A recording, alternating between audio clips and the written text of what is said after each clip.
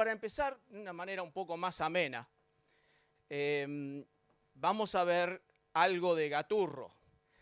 Y para los que saben otros idiomas, o algún otro idioma, lo que les pido es que estén pensando cómo harían la traducción de esto. Y si no saben otro idioma, piensen cómo lo podrían traducir, o a lengua de señas, o a otro idioma, o dentro del mismo idioma. A ver si se divierten un poquito. Bueno, a ver.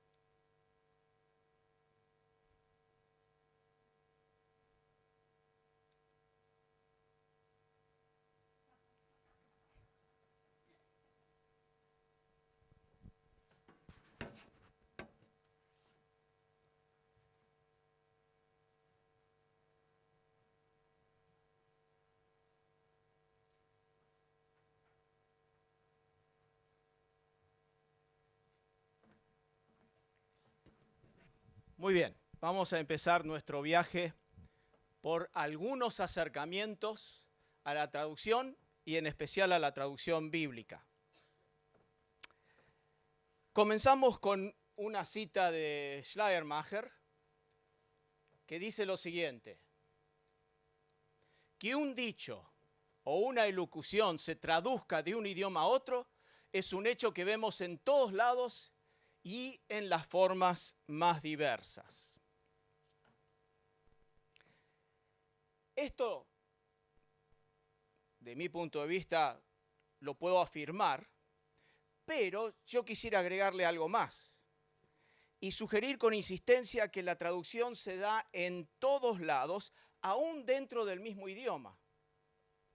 Esto lo podemos ver claramente en cómo se habla el español en diferentes países de Latinoamérica y cómo una palabra en un país es entendida de manera diferente la misma palabra en otro país. Y eso tiene que ver también no solamente con un cambio geográfico, sino también con un cambio de época, un cambio de contexto social, político. Es decir, la razón por la cual estamos afirmando esto es porque en el siglo XXI muchos analistas teóricos de la traducción nos dicen que la traducción es imposible de realizar. Sin embargo, al considerar algunos de los acercamientos contemporáneos que se utilizan para traducir, queremos subrayar nuestra hipótesis de trabajo, que la traducción sí es posible y que se lleva a cabo en diferentes lugares, en diferentes niveles, con propósitos diversos. Ahora, yo sé, algunos de mis colegas que son más teóricos que yo, me van a decir que mi postura es muy ingenua. Sin embargo, pienso que la comunicación es posible y que la traducción es parte integral de esa comunicación entre seres humanos. También quiero compartir desde el principio una hipótesis de trabajo que nos puede ayudar a entender los diferentes acercamientos a la traducción bíblica y a la traducción en general. Y es la siguiente. Y esto para mí es clave, ¿sí? Al enfrentarnos con una traducción, debemos mantener en mente el contexto del texto fuente, el contexto del texto receptor y acá es para mí lo más importante, la distancia entre ambas. Porque es dentro de esa distancia, en una babel de desplazamientos lingüísticos desplazamientos temporales y espaciales, donde todo se lleva a cabo. Es en ese lugar donde pasa de todo, donde textos y culturas se transmiten o se pierden, donde se renegocian, donde se reexaminan y donde se reinventan. Y entonces les aclaro que es dentro de este ganar y perder, dentro de la renegociación, dentro de la reexaminación y la reinvención que se debe colocar esta charla en esta tarde. Nuestro recorrido por los distintos acercamientos estará colocado en esa última frase. Será importante que mantengamos en mente esta hipótesis al analizar y evaluar algunos de los acercamientos a la traducción. Y vamos a ver distintas teorías de traducción que nos ayudarán a entender en parte por qué ciertas Biblias son como son y no son como otras. Primero, traductores y traductoras que están involucrados en la tarea de traducir siempre están teorizando. Es muy probable que lo estén haciendo sin darse cuenta, pero la verdad es que siempre están eligiendo y descartando opciones que tienen el mismo valor, pero que hay que optar. Todo este proceso se da a partir de algún tipo de teoría, sea consciente o inconsciente. En los últimos 40 años, en la disciplina que ahora se llama estudios de traducción, se ha reflexionado mucho sobre cómo se debe hacer una traducción, cuáles son los elementos que se tienen que tomar en cuenta. Algunas de estas teorías son muy teóricas y filosóficas, otras son más concretas y prácticas. Pero la tarea de la traducción siempre se ha llevado a cabo con o sin una teoría explicitada. Nadie traduce sin algún tipo de teoría. Entonces, antes de analizar alguna de las teorías contemporáneas, queremos considerar un tema que se llama texto sagrado. En muchos de los acercamientos a la traducción, se dice que un texto denominado sagrado por X comunidad no es diferente a cualquier otro texto. En estos años muchos han intentado minimizar la diferencia entre lo que llamamos texto sagrado y otros textos. Sugerimos que la traducción de un texto sagrado conlleva una serie de elementos particulares que no se deben ignorar y que no necesariamente están presentes en la traducción de otros tipos de literatura, de otros textos. Consideraremos estos elementos en la medida que vayamos dialogando con las distintas teorías que vamos a ver en esta tarde y ver cómo el texto sagrado nos plantea otro tipo de desafío. Un asunto un tanto preliminar es que queremos mencionar desde el principio es que la mayoría de los que traducen textos sagrados generalmente trabajan con una idea a priori, y no se me asusten, pero es la realidad, que sostiene que existe un original que es estable. Esta presuposición, consciente o inconsciente, será desafiada en esta conferencia. Empecemos.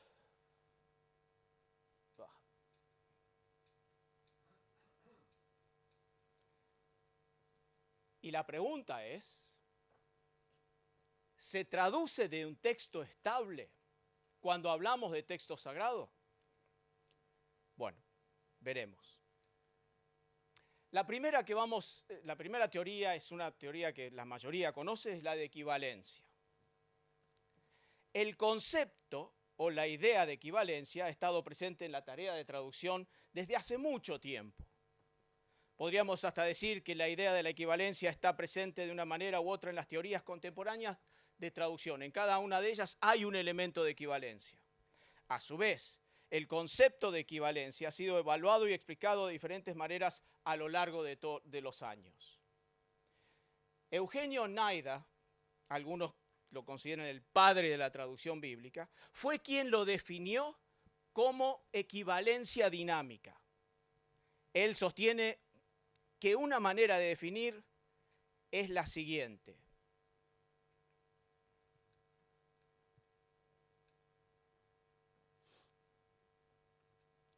Es el equivalente más cercano y natural al texto fuente. Y este tipo de definición que planteó Naida contiene tres términos esenciales. Equivalencia, que apunta al texto fuente. Natural, que apunta más al texto receptor. Y más cercano, que de alguna manera une las dos orientaciones a base de un alto grado de aproximación. Esto es lo que Naida planteó y revolucionó la traducción bíblica en idiomas por todo el mundo. Una meta importante de la teoría de equivalencia dinámica es de producir el mismo efecto en los lectores u oidores del texto destino que lo que ocurrió con los supuestos lectores y oyentes del supuesto texto fuente. Es decir, se busca que la respuesta o reacción de los receptores del texto traducido sea la misma que la de receptores originales que vivieron hace más de 2000 años. Es decir, lo que se busca no es tanto ser literales ni, entre comillas, fiel a la traducción, sino es tratar de que en el texto receptor se produzca lo mismo, la misma reacción que ese texto produjo en su estado más original. Esto significa que equivalencia se puede entender como ese concepto que sugiere que hay una relación de igual valor entre texto fuente y texto receptor. Por lo tanto, la traducción que se guía por esta teoría es la que privilegia la equivalencia de respuesta o reacción a la equivalencia de forma. Vamos a ver ahora en un instante la diferencia entre equivalencia de forma y equivalencia funcional. Pero lo que planteó Naida por primera vez en forma concreta en los proyectos de traducción de la Biblia en todo el mundo fue: tenemos que buscar que se comunique de tal manera el texto para que produzca el mismo efecto en los lectores oyentes de hoy que el que produjo hace más de 2000 años.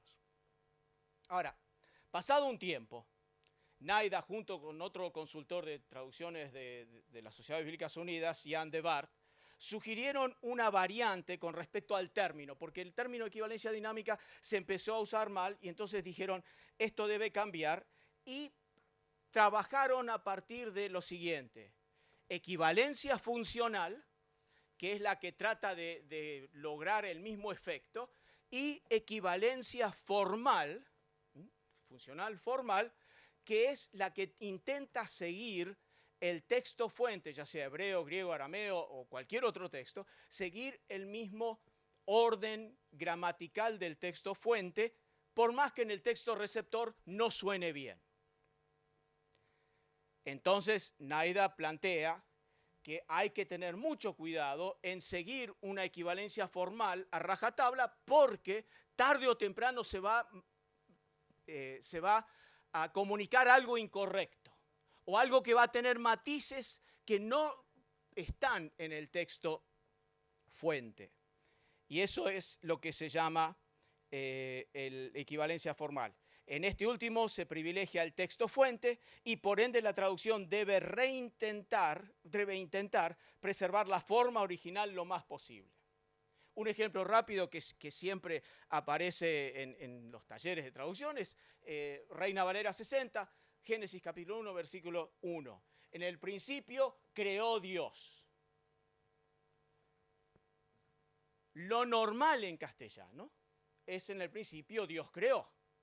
Pero como hebreo es un idioma verbo, sujeto, objeto, mientras que el castellano es sujeto, verbo, objeto. El traductor y las revisiones posteriores trataron de seguir el orden hebreo y no el orden normal del español. Y entonces se produce un poco de ruido en la traducción. Ahora, obviamente se puede entender, pero en algunos casos se vuelve un poco más complicado.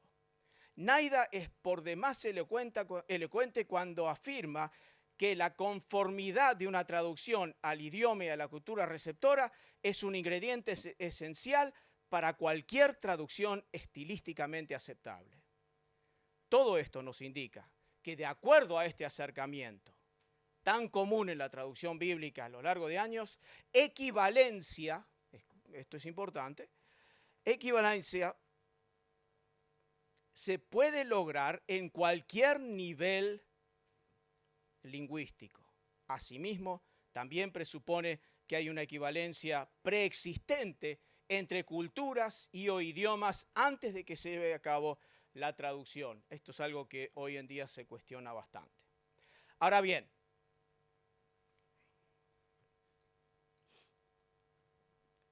equivalencia de respuesta por sobre equivalencia de la forma. Es un acercamiento. No estoy haciendo juicio de valores, simplemente estoy diciendo, esta teoría privilegia la equivalencia de respuesta, cómo la gente entiende, recibe el texto y cómo el texto les afecta.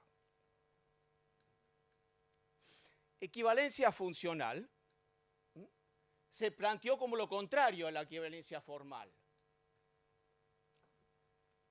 Y acá es donde tenemos esta famosa frase de Schleiermacher, donde nos habla de que una traducción puede ser o extranjerizante o domesticante. Schleiermacher no usó esos dos términos, extranjerizante y domesticante, pero sí usó este ejemplo, que me parece que es importante que lo tengamos en mente. O el traductor, supongamos ustedes, deja al autor en paz lo más posible y mueve al lector hacia él, o, de lo contrario, deja al lector en paz, todo lo que sea posible, y mueve al autor hacia él. ¿Sí? Esa es la diferencia. Cuando yo me acerco al autor, mi traducción va a ser más extranjerizante. Cuando yo me acerco más al lector, mi traducción va a ser más domesticante. Estos dos caminos, según Schleiermacher, son tan diferentes el uno del otro que no se deben mezclar en ningún proyecto de traducción. Él considera que si uno mezcla estas dos en algún momento, se corre el riesgo de que el autor y el lector nunca se encuentren. Veremos. Una traducción extranjerizante sería una que sigue la estrategia de equivalencia formal a través de la cual la traducción hace el intento serio de seguir la estrategia de equivalencia funcional a través de la cual la traducción intenta ser más comunicativa. Ahora, esto ha llevado a extremos. Algunos de ustedes, bueno, la hermana que trabajó en Papúa Nueva Guinea, trabajando con los Inuit en Alaska, en el norte de Canadá. El Cordero de Dios, tanto literal como metafóricamente, pasó a ser la foca de Dios en la traducción al Inuit. No es tan fácil. El otro extremo se llegó precisamente en un momento, hace muchos años, en Papúa Nueva Guinea, donde se planteó que como el cordero no existe, ni literal, ni metafóricamente, ni fotos, ni nada en aquella época, se jugó un poco con traducir cerdito de Dios. Porque el chanchito representaba prácticamente todo lo que el cordero de Dios, el cordero, significaba para el contexto semita. Les doy estos ejemplos que son extremos. Ninguno pasó a ser parte de una traducción publicada, etcétera, etcétera. Pero sí se jugó con eso. ¿Por qué? Porque en principio los equipos de traducción no encontraban forma de expresar todo lo que el Cordero de Dios significaba para el contexto semita. Eugenio Oneida fue un genio en su tiempo y a la vez producto de su tiempo. Y uno cuando evalúa debe tener en cuenta el momento histórico en el cual él vivió. Sin embargo, sí se le pueden hacer algunas críticas a esta teoría de equivalencia funcional porque creemos que no debe ser algo excluyente. Una pregunta preliminar que podemos articular desde el lugar más contemporáneo es la cuestión de la naturaleza del texto fuente en cualquier ejercicio de traducción. La equivalencia funcional parece darle un lugar prioritario al texto fuente. Se insinúa de manera sutil que el texto fuente es siempre superior al texto receptor. Y de hecho lo vemos en seminarios y en todos los lugares donde se hace traducción de la Biblia, siempre el texto hebreo, el texto griego, el texto arameo es visto como muy superior a cualquier traducción. ¿Es así? En otras palabras, el texto fuente siempre tiene una posición privilegiada por sobre el texto receptor. Esto conlleva a que el texto traducido sea visto como algo de menor calidad o importancia. ¿Por qué? Porque la verdadera autoridad yace en el texto fuente. Esto se ve claramente en el ejercicio de traducir un texto sagrado, como dije recién, ya que existe una especie de respeto santo por el original, entre comillas, que no lo tenemos. Sin embargo, en el imaginario del traductor de textos sagrados, existe un original, entre comillas, en algún lugar que tiene toda la autoridad. Es por esto que nos animamos a sugerir que en realidad no hay textos definitivos y que por lo tanto lo que tenemos como textos fuentes, en última instancia, pueden ser considerados borradores o versiones.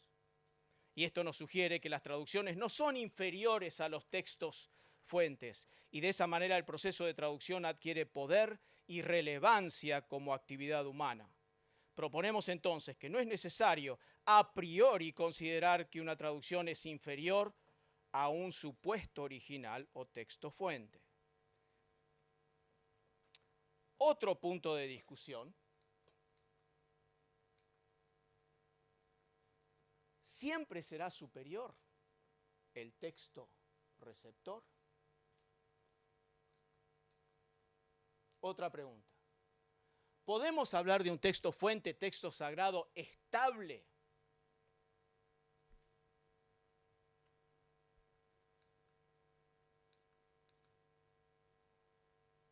Y otro elemento para discutir con Oneida.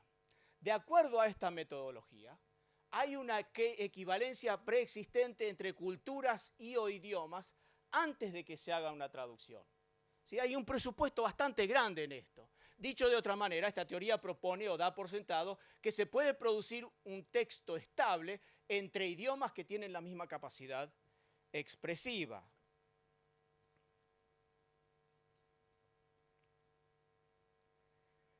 Me parece a mí, y habiendo trabajado con idiomas minoritarios, idiomas también aborígenes de acá de la Argentina, que esta equivalencia de capacidad expresiva no siempre es la misma, sino que tiene muchos desafíos por delante y que no se puede hacer una equivalencia así automática, porque la capacidad de comunicación y la capacidad expresiva es diferente. Ni es mejor ni es peor, es diferente. Bien, pasamos entonces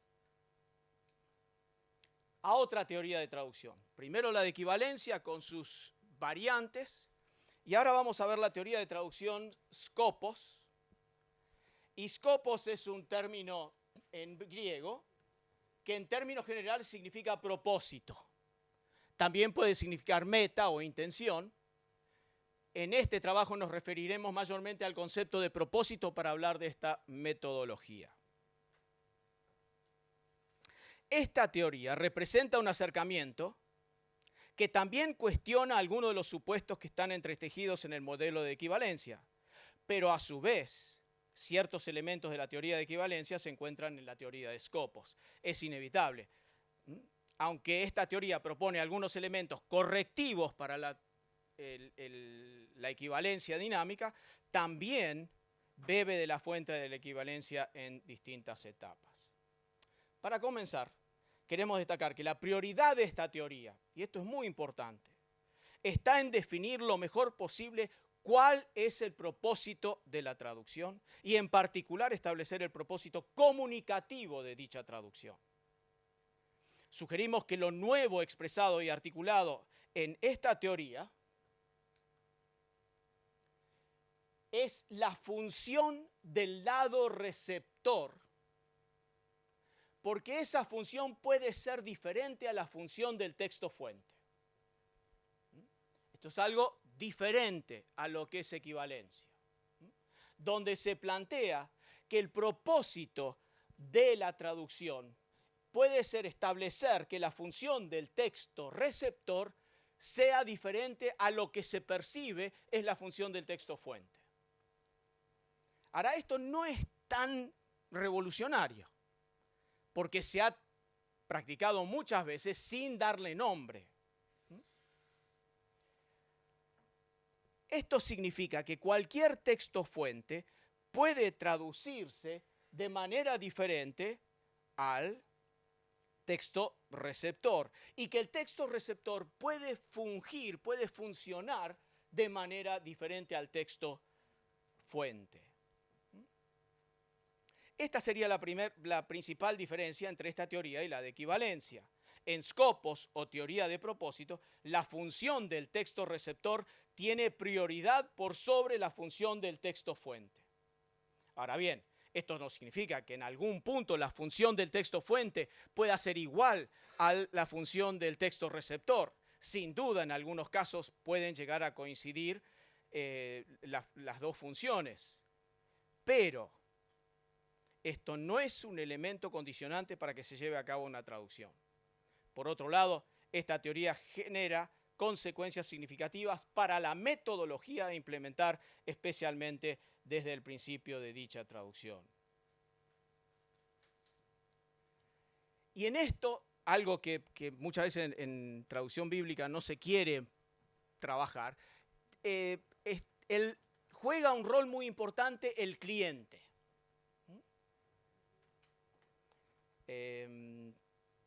En cuanto a una traducción de la Biblia, escuchen bien esto, existen varias posibilidades. El cliente puede ser una sociedad bíblica nacional, o una iglesia local, o una denominación internacional, o una agencia bíblica, o un departamento de cultura de algún grupo étnico minoritario, o todas a la vez. Y el cliente, en estos casos, tiene la posibilidad, si se le da, de definir cuál va a ser el propósito del texto traducido, del texto receptor.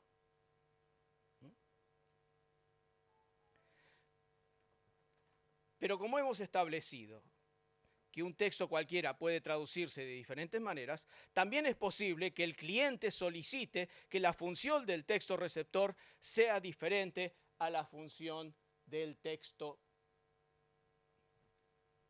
Hola, ¿qué haces? ¿Cómo te va? Bueno.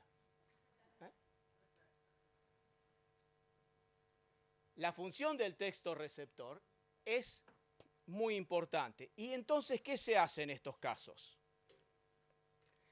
En estos casos se arma lo que llamamos una guía o un acuerdo o un contrato o una comisión o una descripción de trabajo. O también a veces le llamamos protocolo.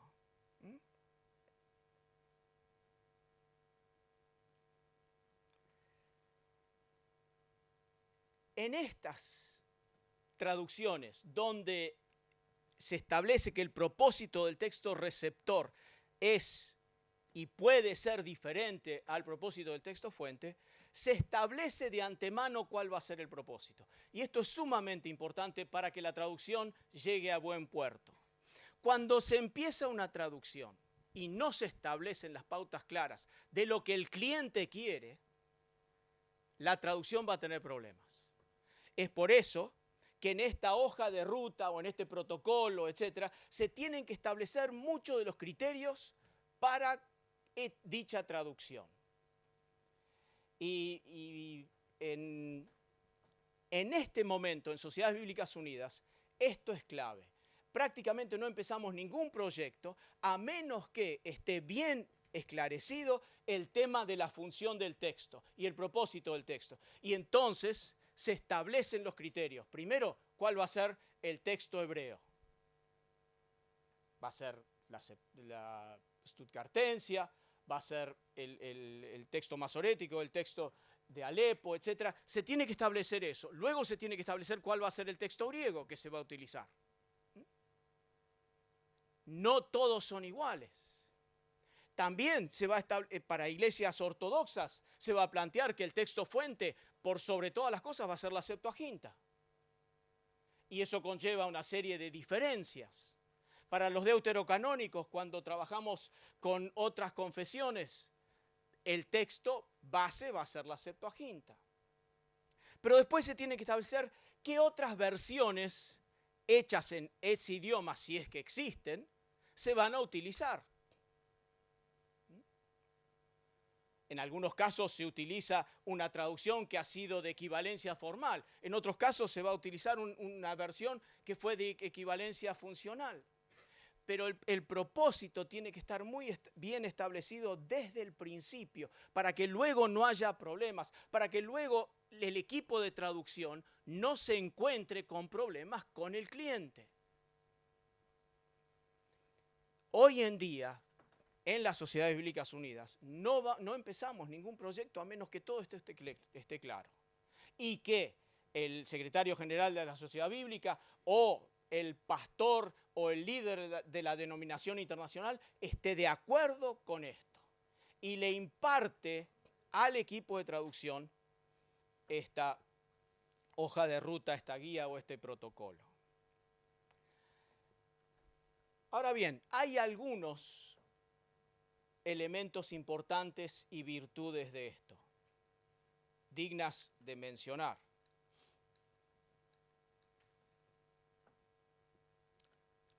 Este proceso está revestido de algunas cuestiones positivas que me parece que tenemos que mencionar. El saber el propósito de la traducción de antemano ayuda al traductor a desarrollar una estrategia adecuada para cumplir con el cliente. El traductor o traductora no tiene que adivinar cuáles son las expectativas o necesidades de la audiencia receptora.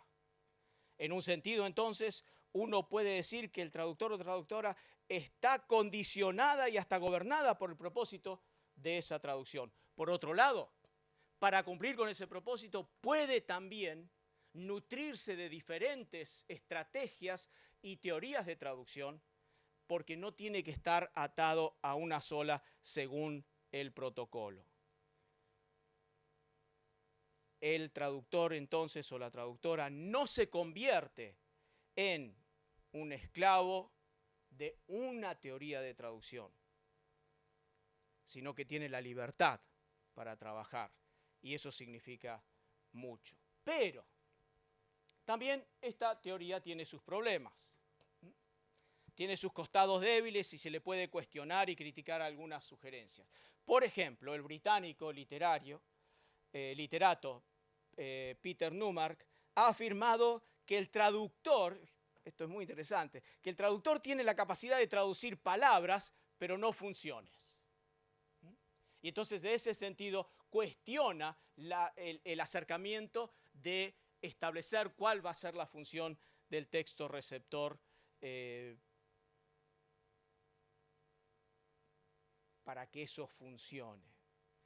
Esto significa que uno debería matizar el énfasis exclusivo y excluyente del propósito o función de la traducción enarbolada por la teoría del Scopus. Esto es particularmente importante cuando uno traduce un texto de la antigüedad para el cual no podemos saber con seguridad cuál fue su propósito original. Sin duda, establecer cuál es la función del texto receptor es importante, pero no necesariamente debe ser excluyente. Creo que debemos tener cierta humildad cuando decimos que el propósito del texto original es esto, punto. Es difícil y debemos respetar esa realidad y tener cuidado. Otra cuestión a considerar dentro de este acercamiento es que en última instancia el texto fuente tiene sus propósitos, ¿sí? Quizás no los podamos discernir del todo, pero sí tiene sus propósitos. Y de alguna manera hay que intentar descubrirlos y darle su lugar correspondiente en el proceso de traducción. A pesar de darle mucho peso a la función de la traducción, un elemento corrector se puede dar al mantener en tensión la realidad del propósito del texto fuente y la realidad del propósito del texto receptor. Tomando en cuenta estos cuestionamientos de la teoría Scopus, igual podemos resaltar las contribuciones importantes que ha ofrecido esta teoría a la actividad de traducción al quitarle la hegemonía al texto fuente y darle un lugar más adecuado y significado al texto receptor. Traducción como reescritura. Y esto quizás nos cueste un poco más todavía. Traducir, entre otras cosas, significa adoptar ciertas estrategias que de tanto en tanto son diferentes. Esta realidad llevó a André Lefebvre a sugerir que traducir es manipular y reescribir. Un literato que está abocado a la traducción llega a la conclusión que traducir es manipular y reescribir. Según esta perspectiva, traducir es manipular y reescribir porque traducir tiene mucho en común con otros tipos de interpretación y producción textual, tales como la historiografía, la crítica literaria y el editar. Todas estas actividades tienen como meta la construcción de una imagen del texto del autor o de toda una cultura literaria y proyectarla en un medio ambiente diferente. Es decir, que la traducción es muy compleja. No es cuestión lingüística solamente, no es cuestión semántica solamente, no es cuestión cultural solamente, es muchas cosas.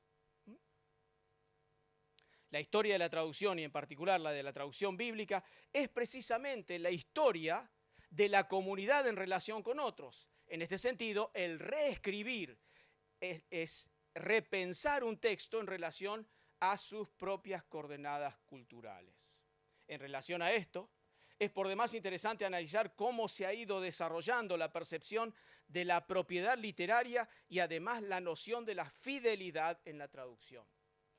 Esto lo podemos ver si hacemos un análisis histórico largo de la traducción, donde una traducción en un momento de cierta palabra o de cierta oración, esa traducción en X momento era considerada una traducción fiel, mientras que 500, 1000 años después es considerada una traducción infiel, porque se han hecho mayores descubrimientos, etcétera, etcétera. Lo que era fiel en una época puede llegar a ser considerado infiel en otra. Otro concepto importante a tener en cuenta en esto es el del patrocinio. Por esto queremos decir que individuos, grupos o instituciones ejercen una influencia importante y hasta animan y censuran el reescribir en la esfera literaria. Esto nos sirve de advertencia para que entendamos que la traducción nunca es una tarea inocente y además exhibe una dependencia significativa del contexto social y político en el cual se lleva a cabo. En otro trabajo yo he argumentado bastante que no hay una traducción que sea objetiva ni inocente. No hay una traducción inmaculada. Todas están revestidas de una serie de influencias incluyendo la propia, la personal, porque cada uno llegamos al texto, no llegamos de cero, sino que llegamos con una serie de presupuestos, de precomprensiones, y entonces tenemos que dar cuenta de ello. Lo que sí creo que sí hay traducciones honestas, en el sentido si la traducción y el traductor o el equipo de traducción explica por qué hizo tal y cual cosa y admite que hizo tal y cual cosa. Eso sí, pero traducción inocente, creo que no. Entonces, de alguna manera, la traducción es reescribir un texto original. Cada vez que se reescribe, se lo hace con cierta ideología y poética y como tal manipula la literatura para que funcione de tal o cual manera. El reescribir es manipular al servicio del poder y su aspecto positivo puede ayudar a la evolución de la literatura y de la sociedad. Es interesante tratar de comparar lo que pasa cuando uno traduce conversaciones y cuando uno traduce un texto escrito. Ahí se dan unas dinámicas donde en la conversación hay una serie de elementos heterogéneos que se están dando constantemente y que entonces uno difícilmente puede identificar un original. Mientras que un texto escrito, publicado, de alguna manera siempre se puede recurrir a lo que se llamaría un texto original. Durante el proceso de reescribir, el traductor indefectiblemente hará un mal uso de partes o funciones del texto.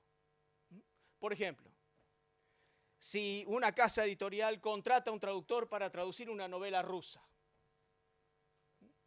en ruso, en el idioma ruso, esa persona va a tener que claramente entender no solamente el idioma ruso, sino va a tener que entender claramente la cultura rusa y la cultura en qué momento está situada la novela rusa. Y entonces, la novela rusa escrita por el traductor, que claramente se originó en esa novela rusa, también tendrá que darse cuenta que en algunos lugares la traducción no va a ser lo que se considera una traducción fiel. Otro elemento muy importante que ha surgido en los últimos años es lo que se llama la traducción intersemiótica. Y ahí lo estamos viendo, lengua de señas. ¿Cómo se traduce para una lengua de señas? Que es todo imagen. ¿Cómo se traduce cuando el texto es un texto electrónico? Cuando ya la palabra en un texto electrónico es mucho menos estable que en un texto en papel. Es fácil de cambiar. Es decir, lo que llamamos la traducción intersemiótica ahora ha cobrado mucho más importancia y tenemos que dar cuenta de ello en esto de reescribir y de manipular. Estas consideraciones requieren que elaboremos una definición de un concepto nuevo de lo que es un texto, ya no como una entidad limitada, encerrada dentro de los límites objetivos, sino como un modo de un espacio ilimitado. Esto lleva a que el texto fuente ya no sea considerado un dato necesariamente preexistente. La traducción en sí es la que define un conjunto de signos que le servirá de base y entonces, en un sentido, el texto original es el producto de la traducción. Vivamos al último, que es la traducción cultural. Vamos a ver.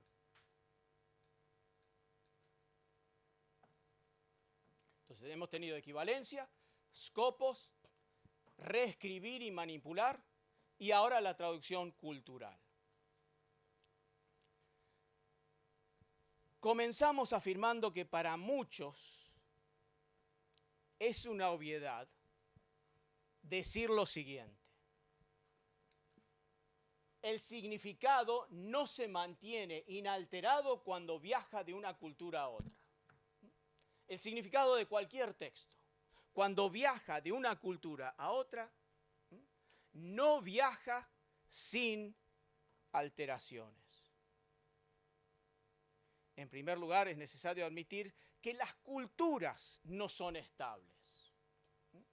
Y esto ya ha sido trabajado mucho por antropólogos y también por literatos. Cuando tomamos en cuenta traducciones y culturas, trabajamos con el concepto de que culturas son bastante inestables y eso trae consecuencias. En segundo lugar, sugerimos que traducciones tienen la capacidad de modificar o cambiar culturas. Y esto lo vamos a repetir más adelante. Tiene la capacidad, no son estables, tienen la capacidad de cambiar o transformar culturas. Esto no es un fenómeno nuevo que haya aparecido como resultado de la globalización, aunque sin duda esta tiene una influencia sobre el proceso de traducción. El fenómeno es muy antiguo y se ha dado desde que el ser humano comenzó a realizar traducciones. Homi Bhabha, de la India, estudioso de la cultura, ha afirmado que en cualquier cultura los símbolos no son estables y que constantemente están siendo reformulados, reinterpretados y hasta retraducidos. Y en esto hago un paréntesis y hacer una especie de confesión, que también es confusa. Muchas veces hablamos de cultura bíblica. Y yo lo hago y tengo cursos que llamo cultura y geografía bíblica. Cuando en realidad en la Biblia hay muchísimas culturas. No es lo mismo la cultura de Abraham cuando sale de Ur trayendo cultura mesopotámica a la cultura de Pablo yendo a Roma. Tenemos cultura mesopotámica, tenemos cultura siria, tenemos cultura cananea, tenemos cultura egipcia, diversas culturas dentro del texto bíblico. Y entonces siempre digo, es un error hablar de la cultura bíblica, sino que tenemos esta variedad.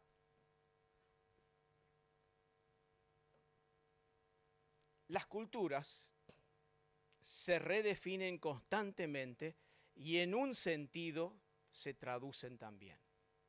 Es verdad que podemos sugerir que algunas culturas intentaron, como la griega, ser más homogéneas y separarse de todo el contexto asiático, pero ni aún los griegos pueden ostentar un sentido de pureza cultural porque ellos también tienen influencias de otras naciones y de otras costumbres sociales. Stefano Ordini, un colega lingüista de Italia, sostiene que las culturas no tienen un núcleo estable y esto hace que sea imposible rescatar sus valores originales y auténticos. Muy por el contrario, las culturas son representaciones inestables que cuestionan relaciones antagónicas que siempre están transformándose. Por ende, no nos confrontamos con entidades definidas, sino con fronteras y sistemas que están en constante transformación y cambio. Y esto afecta la traducción. Esta realidad dio pie a algo que García Canclini ha establecido de una hibridación de culturas. Pero hablar de una cultura híbrida no significa que alguna vez esa cultura fue pura u original. Y este concepto de hibridación es muy importante para la traducción. Hablar de hibridación respecto a culturas es sostener que las culturas son el resultado de negociaciones constantes entre culturas de una interacción continua entre identidades étnicas donde significados culturales se renegocian en todo momento. En realidad, tiene relación con él o la traductora.